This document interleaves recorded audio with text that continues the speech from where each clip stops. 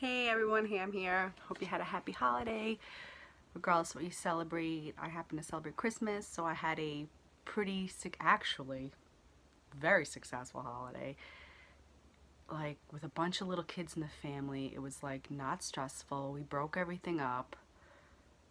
It was like relaxing and fun, no drama for the most part. Like, really just a very, it felt like someone was looking out for me to have a good time. So whoever that was, I appreciate it. So today I want to kind of talk about communicating. And in general, just being able to communicate how you truly feel to somebody. But in particular, as like an added kind of topic, females communicating to males, like in a relationship, boyfriend, girlfriend type communicating, which I'll get into. But basically, I want to kind of just start off with like the whole idea of speaking actual words, English, and not speaking in emotions, and not speaking passive aggressively. You know, people think it's hard to say what they want and they don't want to rip that band-aid off, but at the end of the day, you're not happy, you're confusing somebody else, and it's like nothing's actually getting done. You know, when you only do something half-assed or halfway, it's like nothing's getting done, nothing's getting accomplished, no one's happy, no one's communicating. And I have people in my life who are like that are almost like too timid to really say how they feel, or too shy to like go 100% with something, so no one's ever truly happy. You're only like halfway there at any given time. So what's funny is I was jotting down some notes on like what I wanted to kind of talk about in this video, and I happened to be jotting it down on a piece of paper that was from my kid's speech teacher. It's like an old handout from a long time ago, and it's called whole body listening. So this is part of communicating, right? Learning how to listen, right? So that you can respond and be understood. And it almost makes you feel better when you're able to verbalize what you're thinking inside without your emotions tearing you down. Like, I'm the type of person who has a hard time verbalizing my opinions and my thoughts, and I almost sound sometimes uneducated, or maybe my points aren't valid because I let my emotions get the best of me. You know, I get intimidated by people who love to debate and are like have it all loaded up and ready to rock.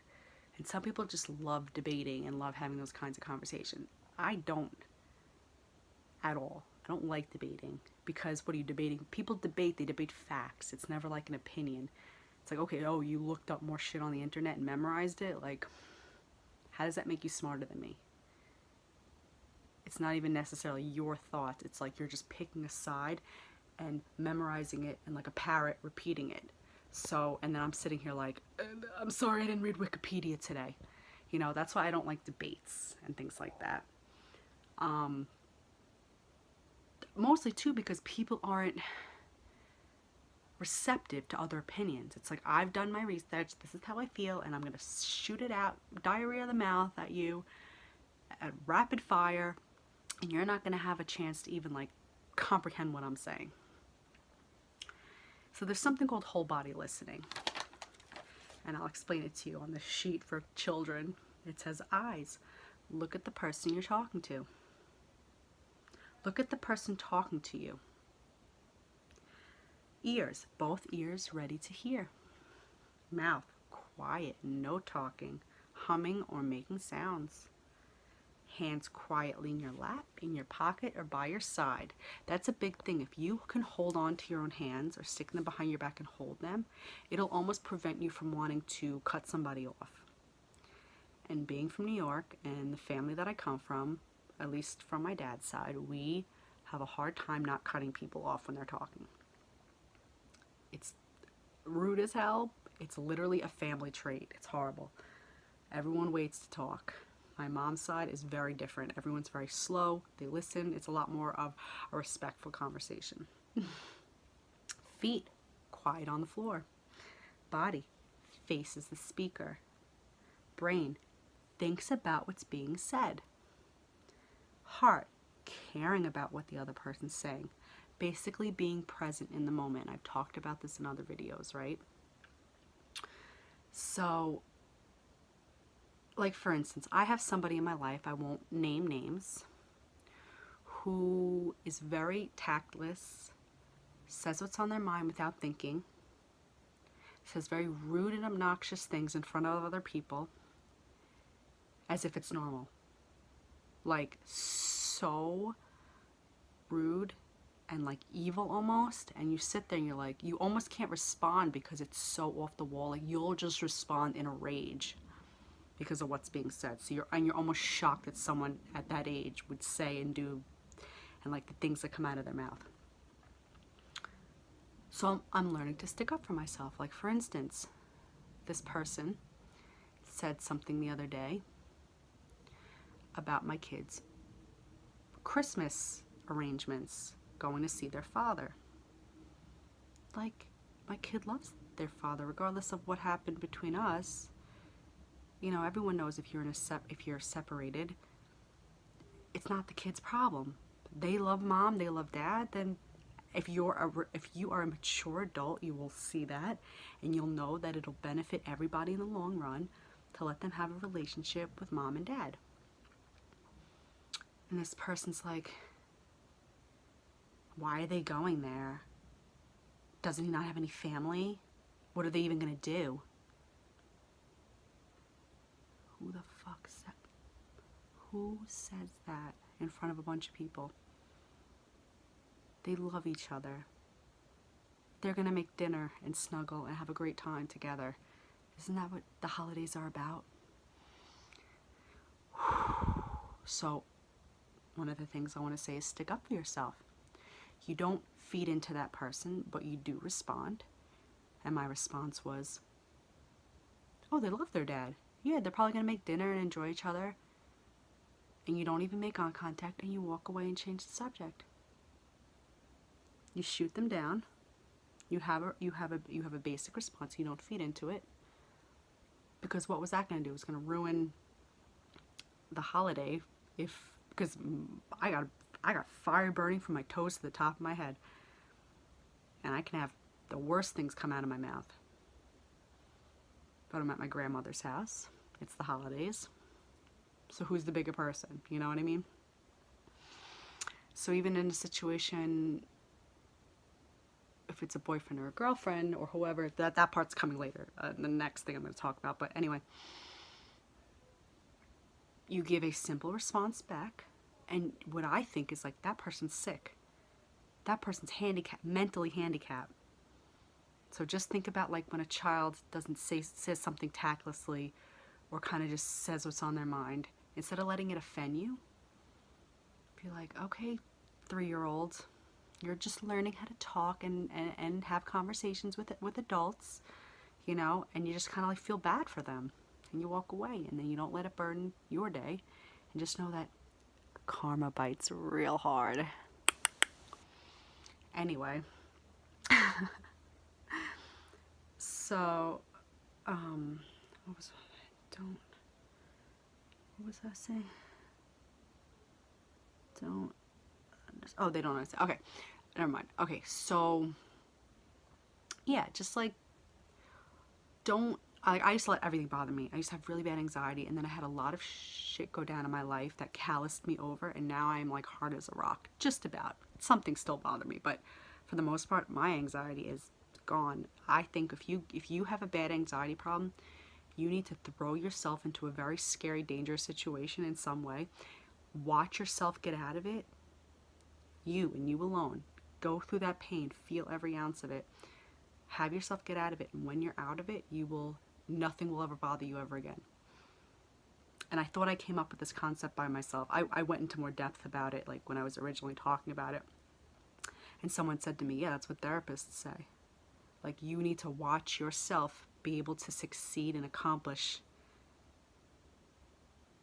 you know, coming out of a stressful situation or like a really bad situation, to know that you are capable and you have the power to, you know, defeat anything in your life. So as time ticks away, I'm just going to give a brief explanation about how when girlfriends and boyfriends communicate. And I've said this before, women are very emotionally driven. They talk in wishy-washy emotions. Men are incredibly straightforward. The words you say are the words they're going to take to heart. They're trying so hard to listen and decode what you're saying, and most men aren't good at, it's just that, not that they're not good at something, I'm not saying it like that, but they're not, they process information differently. Less is more. Be very specific. Speak English. Don't speak in emotions. So for instance, if your boyfriend says to you, where do you want to go to dinner? And you say, I don't know. You pick. But you really, truly want Italian food. And then he decides, okay, let's go get Chinese food. And you're sitting there with a puss on your face, and halfway through dinner, you're like, oh, I wanted Italian food. He's going to say, well, why don't you say something? And you're going to say, well, you should have read my mind. Like, you know what I like. When you could have easily have said 3 words. 4 words. I can't count. Anyway, a couple of words. I want Italian food. Done. Simple. Easy. Don't get hangry. And I know PMSing sucks. It's hard. And that's what I do. I explain to my kid, like, if you see zits on my forehead, beware. You know? And I apologize if I'm PMSing and I go to town on somebody.